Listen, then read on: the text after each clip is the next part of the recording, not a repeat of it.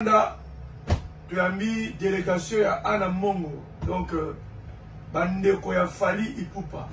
Il y a la presse na bango, mais a officiellement invitation pour recevoir Ngai samedi le 7 na siège na bango ya Anna Mongo. Balubi bazali plus de 2000 en Angola. Anna Mongo.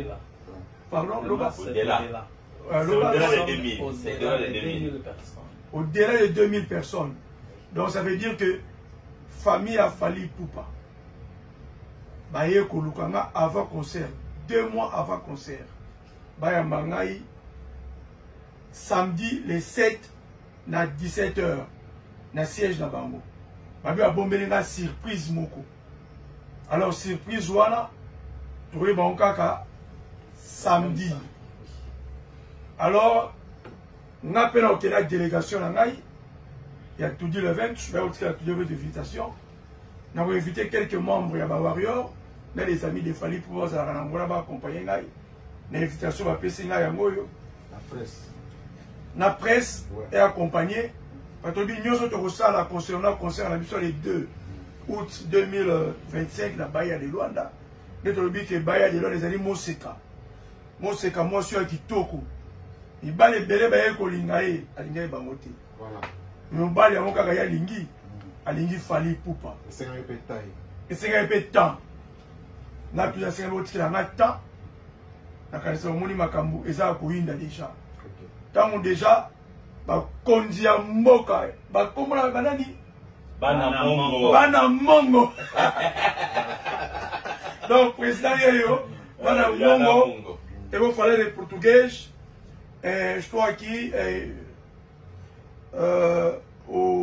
A comunidade Anna Mongo, instalado aqui em Angola, vieram para aqui me endereçar um convite que é para participar numa atividade no próximo sábado, dia 7. Participar não, para me receber no sábado como convidado especial.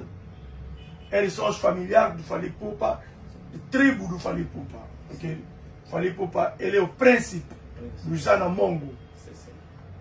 Sendo que vão receber o príncipe aqui em Angola, e por isso optaram convidar o produtor, organizador do evento que será realizado, que está marcada para dia 2 de agosto de 2025 na Bahia de Luanda, para me receber com honra. E por isso eu confirmo a minha presença nesse encontro que terá lugar no dia 7 de julho, 7 deste mês, do mês corrente,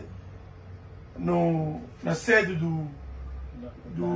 da comunidade Anna Mongo. Por isso, confirmo aqui a minha presença, Sr. Presidente, Sua Excelência, meu camarada. Temos aqui a presença do nosso jornalista, o Linde, que é toujours à Moutoura. Il y a une délégation.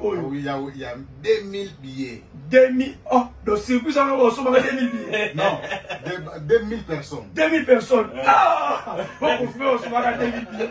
Hein, président? Ah! On a 2000 personnes déjà, Kati à Bahia ici. Oh! On l'a déjà. Ah! Mais on préféré, il faut moi langue. Je vais prendre la langue pour Fali Ipupa. Pas au Baza, intégrité, président de Azawana, Abékalana. Dikape Njaya Kalangola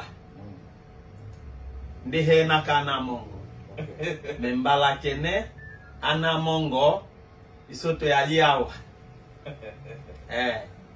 Soto Yalaka Awa Anna Mongo Tikolane. Plus de 5000 personnes.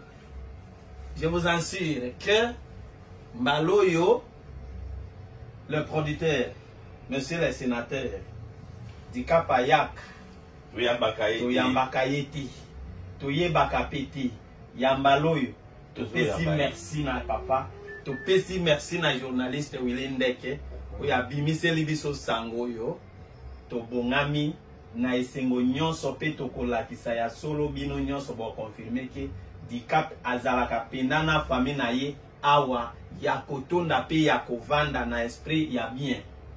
Vraiment.